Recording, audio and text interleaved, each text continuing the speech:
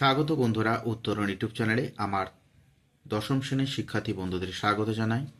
আজকে আমি উপস্থিত হয়েছি মাধ্যমিক 2027 প্রস্তুতি হিসেবে। এখন থেকে তোমরা বাড়িতে প্রস্তুতি নেবে, সেই সঙ্গে সামনেই তোমাদের কিন্তু ফার্স্ট সাবমেটিভ যে এক্সাম আছে তার জন্য প্রস্তুতি নেবে।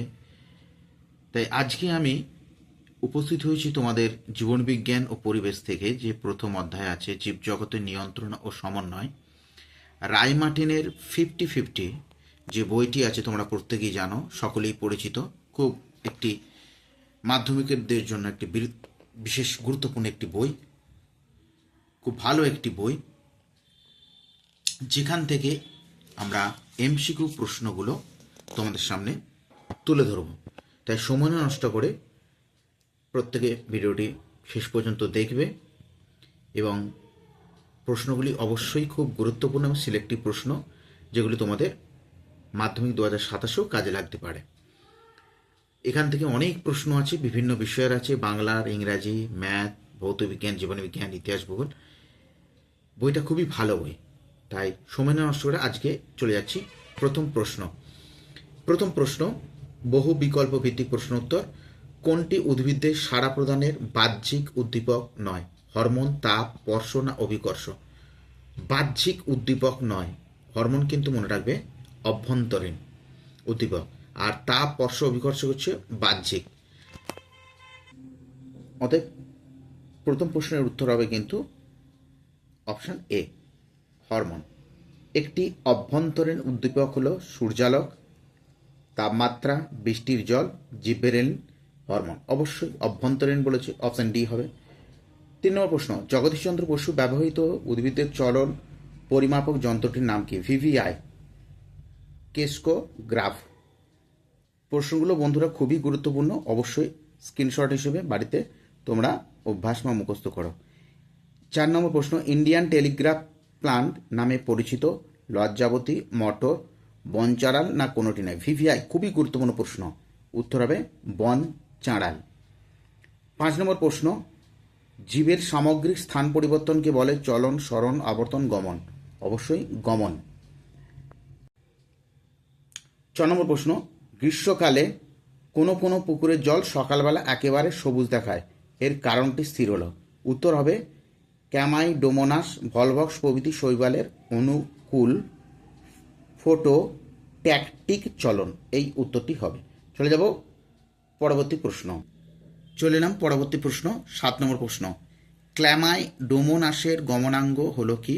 Option D, flagella. 8 নম্বর প্রশ্ন, আলোর প্রভাবে পাতার চলনকে কি বলা হয়? আলোর প্রভাবে কিন্তু প্রত্যেকেই জানো ফোটোট্রপিক চলন।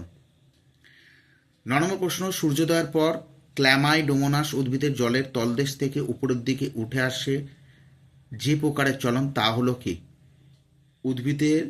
উদ্ভিদদের জলের তলদেশ থেকে উপরের দিকে উঠে আসা যে প্রকারের চলন তা হলো ফোটোট্যাকটিক চলন। মনে রাখবে সূর্যোদয়ের পর কিন্তু বলেছে। হ্যাঁ। 10 নম্বর প্রশ্ন, নিম্ন শ্রেণীর উদ্ভিদদের জনন কোষে দেখা যায় এমন চলনটি শনাক্ত করো। জনন কোষে দেখা যায়, উত্তর হবে ট্যাকটিক চলন। 11 নম্বর প্রশ্ন, মশের শুক্রাণু ডিম্বাণুর দিকে যার প্রভাবে যায় তা হলো কি? সুক্রোজ। 12 নম্বর প্রশ্ন, যে উদ্ভিদে ফোটোট্যাকটিক চলন দেখা যায় সেটা হচ্ছে কি? ভলভক্স, পাইরোগাইরা, মস না ফার্ন? ভলভক্স। চলে এলাম 13 নম্বর প্রশ্ন, ফার্ন গাছের শুক্রাণু ম্যালিক অ্যাসিডের প্রভাবে ডিম্বাণুর দিকে অগ্রসর হয়, এটি একটি কি চলন? না ট্যাকটিক চলন। Option C. কোনটি আবিষ্ট সামগ্রিক চলন? উত্তর হবে ফার্নের শুক্রাণু ম্যালিক অ্যাসিডের দিকে যায়। 15 নম্বর প্রশ্ন, জলস্রোত অভিমুখে ট্যাকটিক চলনকে বলে কি? রিওট্যাকটিক। জলস্রোত অভিমুখে ট্যাকটিক চলনকে বলে রিওট্যাকটিক। 18 নম্বর প্রশ্ন, বহিস্থ উদ্দীপকের গতিপথ দ্বারা নিয়ন্ত্রিত বক্র চলনকে কি বলে? ট্রপিক চলন। 17 নম্বর প্রশ্ন, উদ্ভিদদের কাণ্ড আলোর দিকে বেঁকে যায়, এটিকে এটি কাণ্ডের কি বলা হয় প্রত্যেকেই জানো, ফোটোট্রপিক চলন, যেটা আলোর উৎসের দিকে যে চলনটা হয়, উদ্ভিদের কাণ্ড বেঁকে যায়। আর তোমরা কেউ বলতে পারবে মূলের যে গমন হয় সেটাকে কি বলা হয়, জলের উৎসের কেন্দ্রের দিকে, তাকে কি বলা হয়? প্রত্যেকে জানাবে আমাকে কমেন্টে। 8 নম্বর প্রশ্ন, ট্রপিক চলন সম্পর্কিত নিচের কোন বক্তব্যটি সঠিক নয়? উদ্ভিদ অঙ্গের চলন উদ্দীপকের গতিপথের দ্বারা নিয়ন্ত্রিত, এটি উদ্ভিদের এক প্রকার বৃদ্ধিজ চলন। সি, উদ্ভিদদের কোষে রসস্ফীত জনিত চাপের প্রভাবে এই চলন ঘটে। ডি, অক্সিন হরমোনের প্রভাব লক্ষ্য করা যায়। উত্তর হবে অপশন সি, উদ্ভিদদের কোষে রসস্ফীতি জনিত চাপের প্রভাবে এই চলন ঘটে। চলে যাব পরবর্তী প্রশ্নে।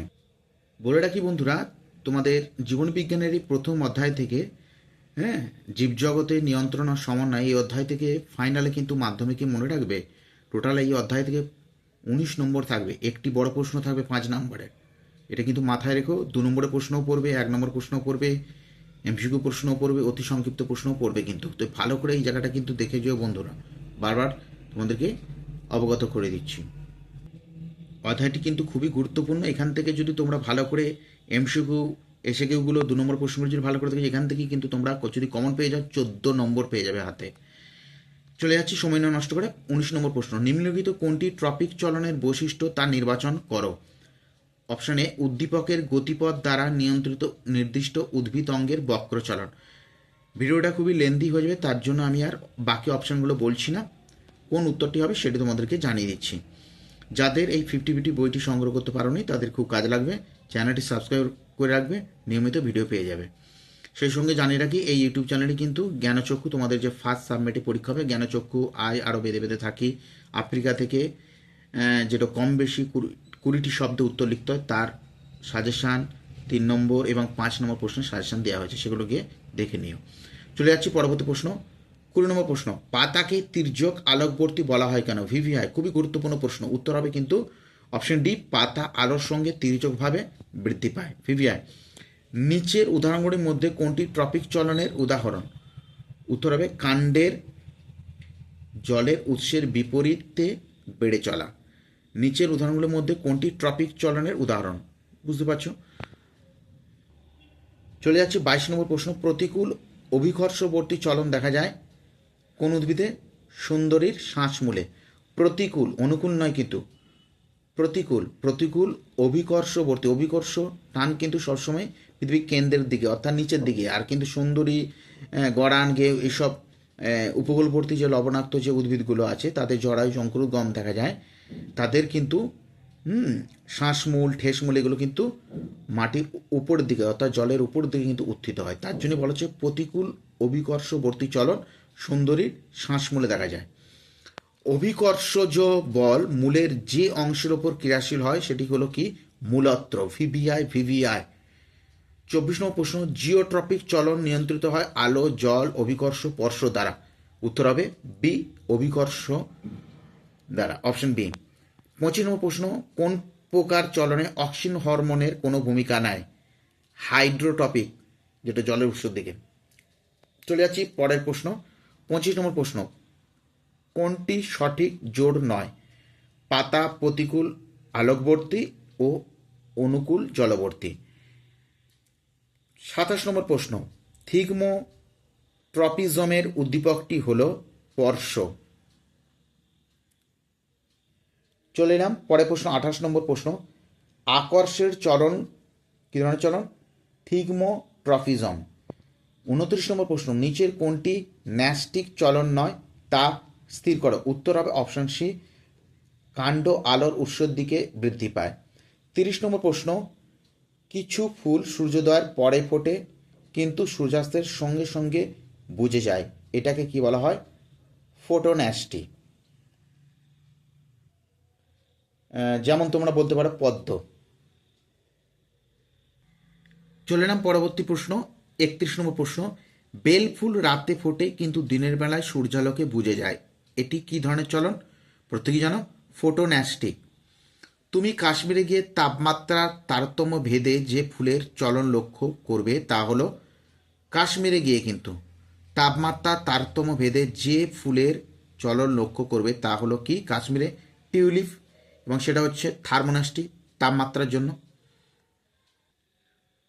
33 নম্বর প্রশ্ন, স্লিপ মুভমেন্ট দেখা যায় নিচের কোন উদ্ভিদে?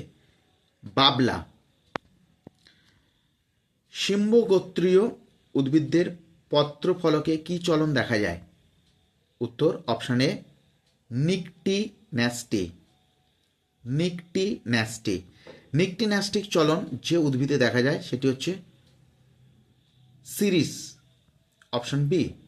34 নম্বর প্রশ্ন, স্পর্শ, ঘর্ষণ প্রভৃতি বাহ্যিক উদ্দীপক দ্বারা প্রভাবিত উদ্ভিদ অঙ্গের সঞ্চালন হলো কি? শিশ্মন্যাষ্টি। 37 নম্বর প্রশ্ন, লজ্জাবতী গাছের পাতা স্পর্শ করা মাত্র সেটি নুয়ে যায়, এটি এক প্রকার কি ধরনের? শিশ্মন্যাষ্টিক চলন।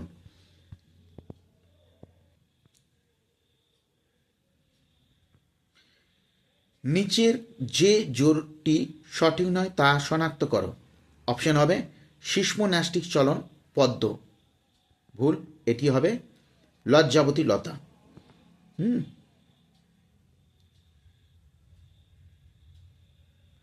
চলে যাচ্ছি আমরা পরের প্রশ্ন, 39 নম্বর প্রশ্ন, নিচের কোন জোরটি সঠিক নয়? শিশ্মন্যাষ্টি, লজ্জাবতী, ঠিক আছে। থার্মোনাসটি, টিউলিপ, তাপমাত্রা দ্বারা, ভেরি গুড, কাশ্মীরে যেটা। কেমোনাসটি, সূর্যমুখী। ফটোনাসটি, পদ্ম, ঠিক আছে।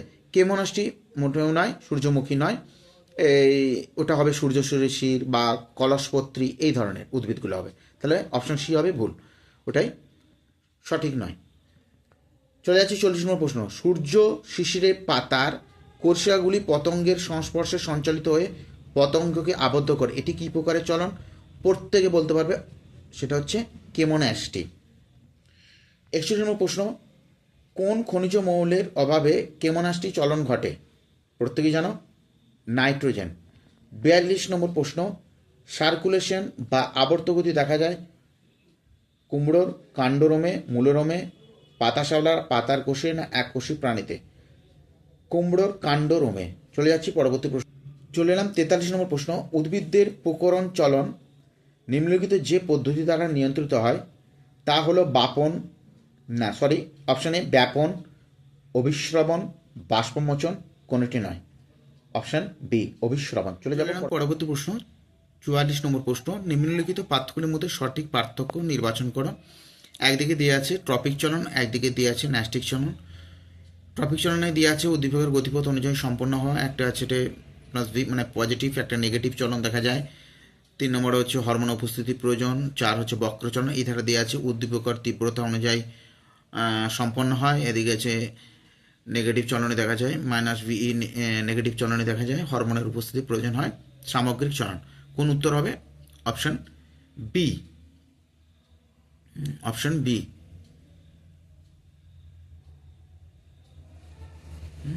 1 আর 3 উদ্দীপকের গতিপথ অনুযায়ী সম্পন্ন হয় ট্রপিক চলন, আর ন্যাস্টিক চলনটা হচ্ছে হরমোনের উপস্থিতি প্রয়োজন হয়।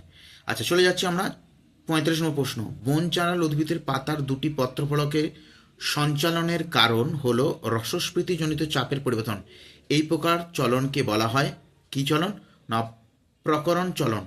লাস্ট প্রশ্ন এই অধ্যায় থেকে এমসিকিউ, যেটা উদ্ভিদ সাড়া প্রদান এবং রাসায়নিক সমন্বয় হরমোন, তারপরে আবার চলে যাব প্রাণীদের নিয়ে। 46 নম্বর প্রশ্ন, কচি কলা পাতা গুটিয়ে থাকা এক প্রকার কী ধরনের চলন? হাইপোন্যাস্টি।